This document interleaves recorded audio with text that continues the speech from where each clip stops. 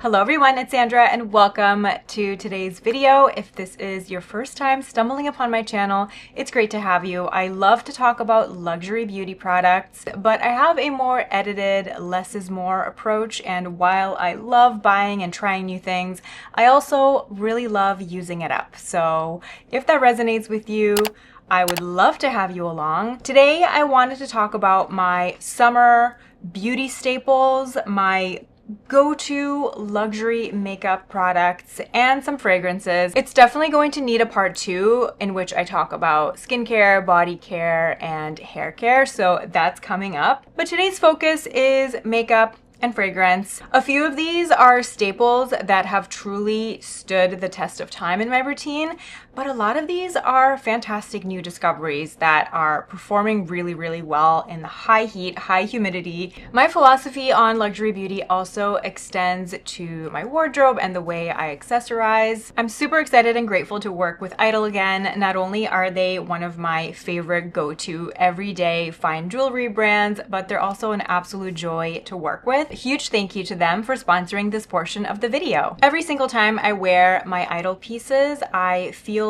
really chic and confident and put together. I love that I'm always able to express my style through different combinations. The unboxing experience is beautiful. There is attention to detail in every step, and you also get a fun free gift with each purchase, which is always a nice touch.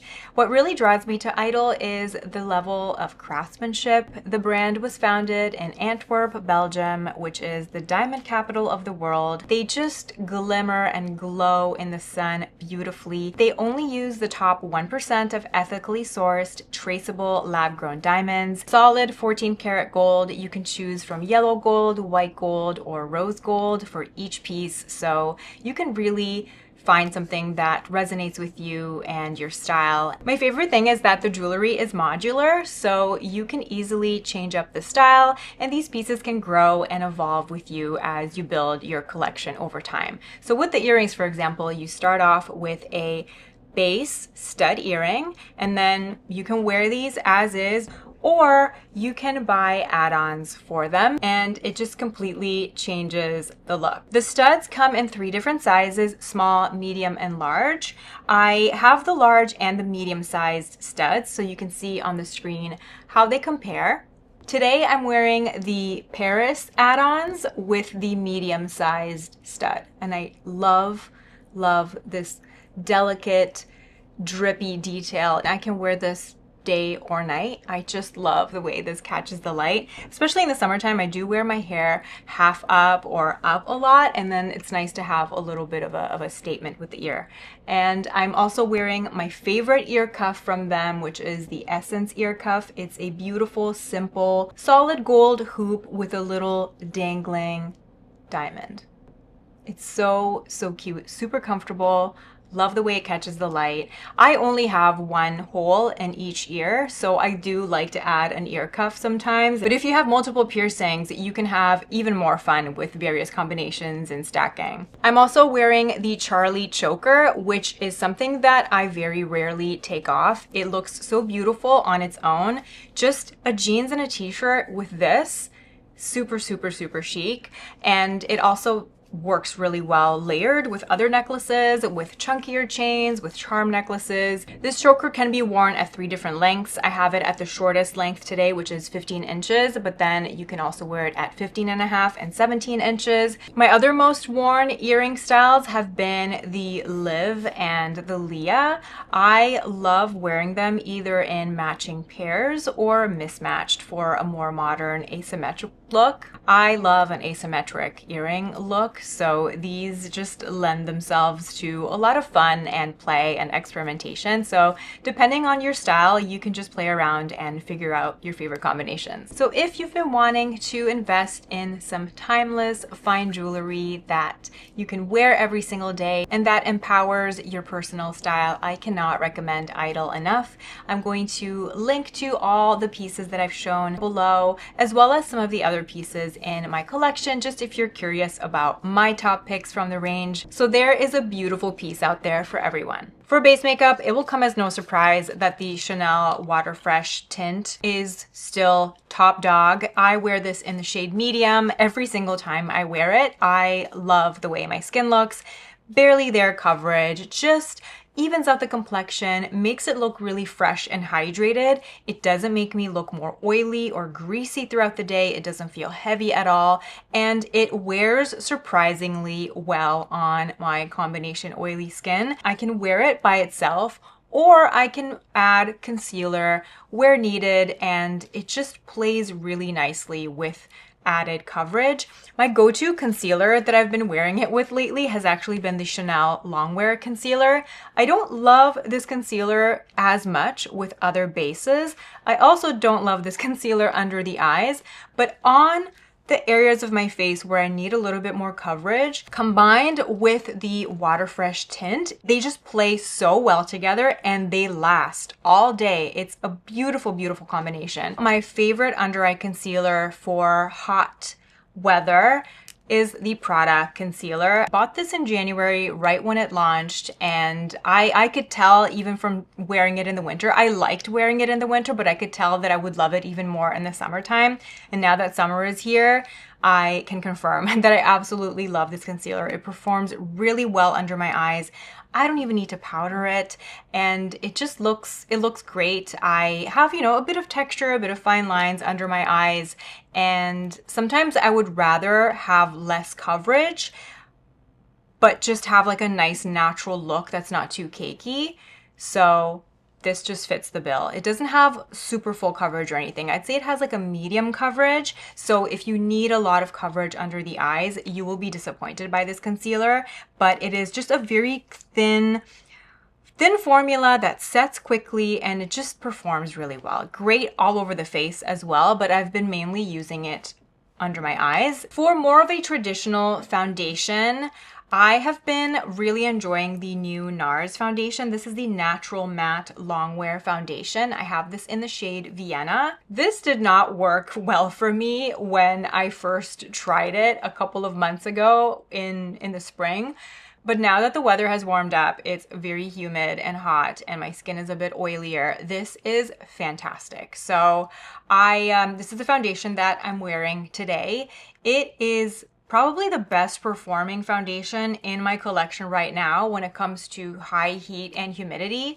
A little goes a long way. You don't get a lot of product when you pump it out, but I think that's on purpose, just to indicate that you don't need, like, less is more with this foundation.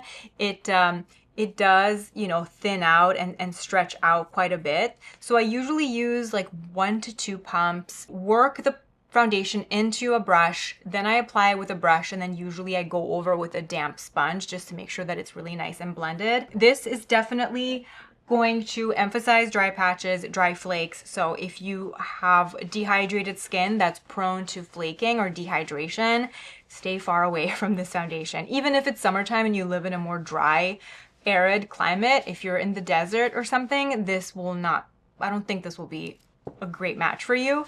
But if you're in a hot, humid climate and you have oilier skin, I've been really, really impressed with this foundation. Another base makeup tip that I actually learned from Andrea Ali is to spray a setting spray, like the Charlotte Tilbury setting spray, in between each layer of makeup. So you do your foundation and your concealer, you apply a layer of setting spray. Then if you're applying cream cheek products, for example, you put those on, then you add another layer of setting spray, and then you can go in with powders and finishing touches and then do a final layer of spray. And when I do this, I definitely feel like my makeup just doesn't fade and that the pigment of the color products tends to stay on my skin for longer, and the makeup just overall wears nicer. If I'm going out in the evening and I just really want a solid base that doesn't budge. I've been actually wearing the Sisley Double Tenseur primer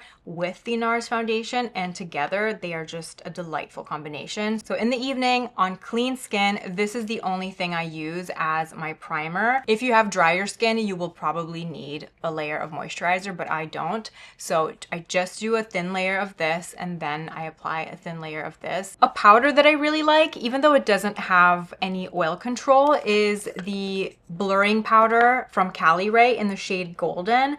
This is a loose powder. For oil control, I love blotting sheets, especially when it comes to touching up throughout the day, is just blotting. I would rather just take the oil away, because if I'm powdering an oily face, sometimes the powder mixed with the moisture of the oil can just kind of sit on top of the skin and end up looking a bit too makeup-y for my preference. So I would rather just remove the oil with a blotting sheet, toilet paper, a tissue, anything on hand. But I have tried a lot of different blotting sheets over the years, and the one that I always go back to, my favorite, is the one from Tatcha. I don't know what it is about these, but these just don't pick up makeup. These, I don't know, I find that makeup transfers on these a lot less than other ones I've tried. I usually buy them in bulk on the Tatcha website when they go on sale. When it comes to bronzer, the Westman Atelier cream bronzer has just been in the top spot for me since it launched. I have it in the shade Soleil Parfait 1. I love the fact that you get two different colors, and these colors just work so beautifully together. Usually with bronzer duos, I end up using one color way more than the other, but that's not the case with this one. They just work so beautifully together. This color is a bit more neutral, and then this one is a bit more intense and warm, but together they just look really, really beautiful. So I usually start with this one in a more diffuse way, just kind of on the perimeters of my face and my cheeks, and then the areas where the sun hits the face more intensely, you know, the higher points of my cheeks, my forehead, the top of my nose, I go in with this shade. It's more creamy, it's moussey, it's super, super easy to blend, and it is quite long wearing. And in order to get an even more long wearing look and just to tie everything together, I like a thin layer of powder bronzer to just seal the look. And the new powder bronzers from Ciele have been fantastic. I have this in the shade Amalfi. One of my old favorite bronzers was Capri Coast from Becca. If you liked Becca Capri Coast, Amalfi from Ciele has a similar vibe. The formula has a bit of sheen to it. It's not shimmery whatsoever. It's just not matte either. It's a very beautiful silky powder with just a gorgeous finish. I love their powder blush formula as well. So if you've tried the Ciele powder blushes, the bronzer formula is very similar. This is Ciele Amalfi, Westman Atelier, Soleil Parfait. This is the warmer, darker shade, and then this is the more neutral. Today, I'm actually wearing both bronzers. I started with the Westman Atelier, and then at the end, just to kind of marry everything together, I do a thin layer of the Ciele bronzer. And this also has SPF in it, like everything Ciele makes. This has SPF 45, I believe. Yes. So the official name of this is Shade and Protect SPF 45. Obviously, you should not be relying on makeup products for your sole SPF protection. Do a standalone dedicated SPF product all over the face first, and then these are just meant to have like extra bonus protection, especially, you know, on the high points of the cheeks, the high points of the face that would naturally get more sun exposure anyway. It's nice to kind of get a little bit of extra. For blush, the blush I'm wearing today is Sand Beige by Burberry. Very bland and uninteresting, but it just gives you that perfect hint of something something. This is a matte blurring formula. If I need just a little bit of a pinch of vitality, a little dot of Ciele Shy blush this is just a really pretty warm peachy pink. So I have just a tiny bit of that at the tops of the cheeks to get just a bit more. And then another warmer, peachier blush combo that I've been loving is the Prada Cream Blush in the shade Peach, which is a really nice kind of soft peachy coral shade, with the Hermès blush in Rose Tan. Rose Tan is, the name is misleading because this is not a rose tan shade to me at all, but these together actually look really, really, really good.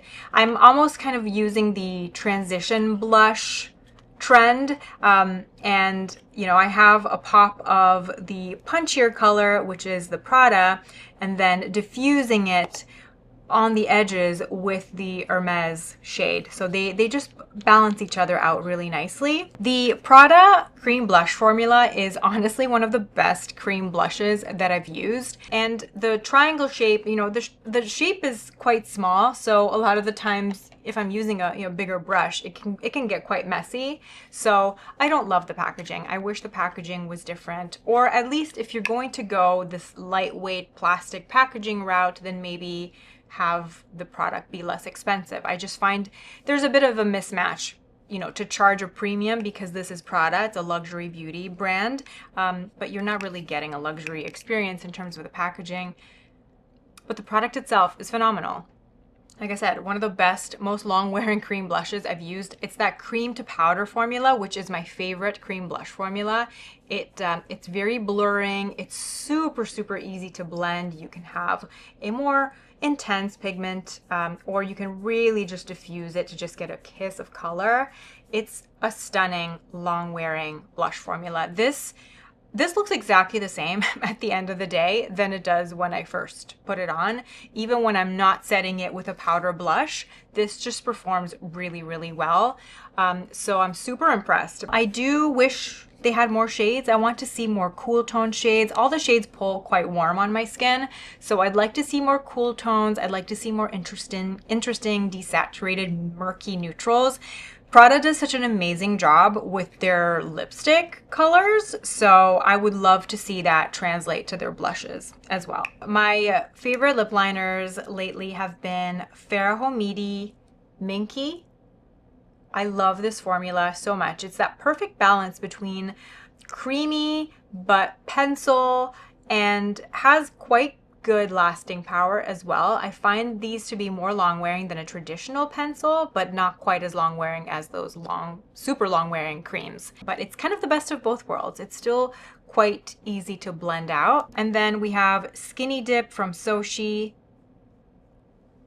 which is just a little bit darker. For lipsticks, I have 2 shades of the Westman Atelier HydroBalm tinted lipsticks.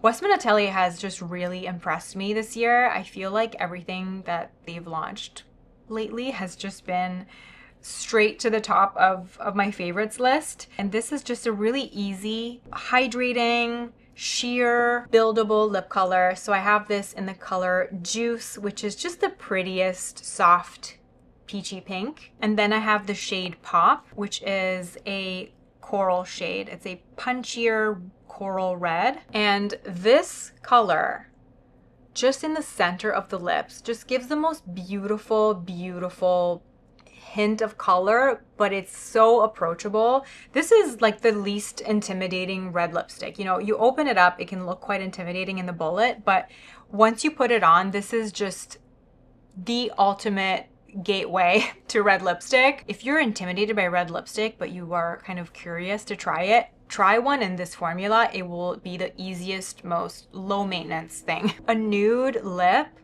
with just a bit of this in the center is just so, so pretty. More of a true nude lip, the lipstick that I'm wearing today with Soshe Skinny Dip liner is Beverly Hills from Sisley. This is their sheer formula. This is color number 13. And this is just, I think this is the most nude lipstick in my collection right now. It is stunning. It is just, it's a really well balanced peachy nude, but it's not, there's not a lot of white in it, so it doesn't make me look like a corpse when I put it on. And the formula is sheer and there's a bit of shine. It's just a really, really flattering nude. And a lot of the times these colors can make me look quite washed out and dead, and this just doesn't.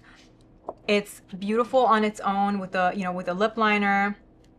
I can add a gloss on top. I can use it just in the center if I want to lighten up the center of my lips a bit. It's very versatile. It's a really, really nice formula. And these lipsticks are refillable. The Westman Atelier lipsticks are refillable as well, but I don't think they have refills available yet. The last makeup category I wanted to talk about is eyeshadow. I definitely pare things back in the summertime. This is probably the most complex eye look I do this time of year. I either wear no eye makeup at all. I don't even want to bother with mascara, to be honest. So keeping things super, super minimal. But if I'm wearing eye makeup, I usually wear the liquid silk eyeshadow from Lisa Eldridge in the color Phoebe. This is just the perfect camel. It's a muted camel. I wear this on its own, or I wear this as a base. It wears beautifully, super easy to blend. I just dot it on my eyelids and blend it out with fingers.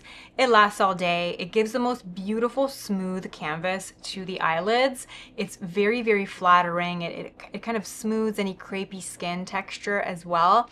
And it lasts. It barely creases on me. It lasts really, really well throughout the day. So it works well as a standalone product or as a primer. And usually what I like to do on top is something with a bit of shine. This is Lisa Eldridge Liquid Lurex eyeshadow in the color Rosalie. I'm wearing a little bit of this today. This is just a really pretty rose gold. I love a rose gold. So I just kind of do a very thin amount of this just all over the eyelid to add a bit of shine. Another eyeshadow that I love for this purpose is Copper from Chantecaille. This is a cream to powder eyeshadow formula, and this is just that perfect, or like a light bronze. I don't know. I'm not sure how I would describe this color, but I don't think copper would be the right word. If I want a bit more intensity, this gold eyeshadow from the Prada Dimensions quad. This is, I think this is the quad 01. This color is phenomenal. It's an amazing gold shade. Every single time I wear this, I get asked what eyeshadow I'm wearing, and I usually just add a tiny, tiny bit of this in the center. I'm wearing this today with the Lisa Eldridge. So I did a thin layer of the Lisa Eldridge Liquid Lurex in Rosalie, and then I did just a kiss of this Prada eyeshadow. As you can see, this is very intense. It's like a super, super metallic light gold. Oh, it is so, so gorgeous. It's a really creamy, high pigment formula. And this quad is permanent. You can buy this at Sephora. You can buy this in a palette. You can buy it like a refill. This is my favorite eyeliner in general, no matter the season, but for summer especially, if you're looking for a long wearing eyeliner formula that just truly doesn't budge, the Sarah Creel eyeliners are my favorite.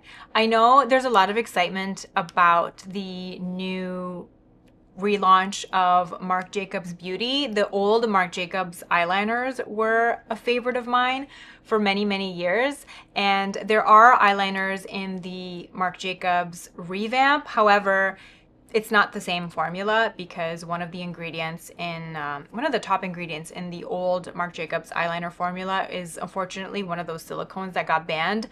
If you remember a while back, they had to reformulate Armani Luminous Silk, they had to reformulate Estee Lauder Double Wear, a lot of long wearing foundations because of this silicone that got outlawed, and that silicone was also present in the old Marc Jacobs eyeliners. But I digress. I have not yet tried the new, anything from the new Marc Jacobs line. I was curious about it, but I was too late, and then everything was sold out. Everything I was interested in was sold out, and I'm in no rush. Honestly, I'm super happy with my Sarah Creel eyeliners. For summer, my favorites would be Copper and Everyday Taupe.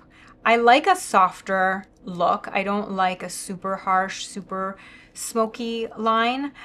These eyeliners aren't very smudgy. These set very, very fast. So if you like an eyeliner that gives you a lot of playtime so that you can really get a smoky diffused line, you will probably not like these. But if you're looking for something that you can, you can just do a thin line and it stays put, performs really well on the waterline, you can tightline with it, this would be my top pick. So this is Everyday Taupe, and then this is Copper. The copper shade does have a bit of shine to it, and you can smoke it out a little bit. They do have a brush at the end, which I really like. I would just recommend working in small sections. So you open the eyeliner up, sharpen it so you get a fresh layer, and then just start drawing it on, and then blend, blend, blend, blend, draw it on, blend, blend, blend, and that way you can get a more diffused look. I have, oily eyelids, I have, slightly hooded eyes, and so many things transfer on me, and this just doesn't budge. I love it. Next, I wanted to talk about 4 of my favorite fragrances to wear in the summertime, starting out with Le Labo Bergamot 22. This is so nostalgic to me because it reminds me of a fragrance that I used to wear when I was in high school and in university, and that was Dolce & Gabbana Light Blue. I was obsessed with Dolce & Gabbana Light Blue, and this is like a grown-up, elevated Le Labo version of Dolce & Gabbana Light Blue. So if you were a light blue girly back in the day, and now you also love Le Labo, imagine them together making the most beautiful fragrance, baby, and that is Bergamot 22. It's fresh, it's woody, it's got that signature Le Labo DNA in it, but with a really beautiful, soft hint of bergamot. It's the perfect marriage of a citrus, a floral, a fresh, woody, aromatic fragrance. I also love Coco Coco from Coqui Coqui. Coqui Coqui is a Mexican fragrance house, and Coco Coco is a gorgeous, classic green coconut fragrance. This just smells like vacation, but it's not so sickly sweet. It's not as sweet as like Estee Lauder Bronze Goddess, but it does have that sunscreen coconut vibe to it, but it's a bit fresher. So big fan of this. Again, it smells so good in high heat, high humidity, and it just transports me. It makes me feel like I'm on a beach. All our roads and highways are under construction at the same time right now. I'm going to need a lot of this to just mentally transport me elsewhere when I'm stuck in traffic. Next up is Mojave Ghost from Byredo. I've been wearing this fragrance for years, but I have very specific times when I pull this out. It's always in the summertime or if I am in a hot climate, but it has to be a dry heat. I don't like the way this smells on humid days. I think because there's amber in it, and I'm not a big fan of amber, and I find the amber to become really pronounced when there's a high level of humidity in the air. When the humidex is low, this smells much better to me. There's something very dry and fresh about this. There's like a dry, tart freshness, and this just smells incredible in a high heat, low humidity environment. If you're living or traveling in Las Vegas, or if you're in Arizona or California, this smells really good. And something about this also reminds me of powder laundry detergent, but a powder laundry detergent that has a lemon scent. There's a dry, bitter citrus quality to this that I really like, and it just kind of cuts through hot air really nicely as long as it's not too humid. Another favorite of mine has been Rosa Saltifolia from Maison Crivelli. This is an aquatic rose fragrance, and it just smells like fresh roses by the seaside, an ocean breeze.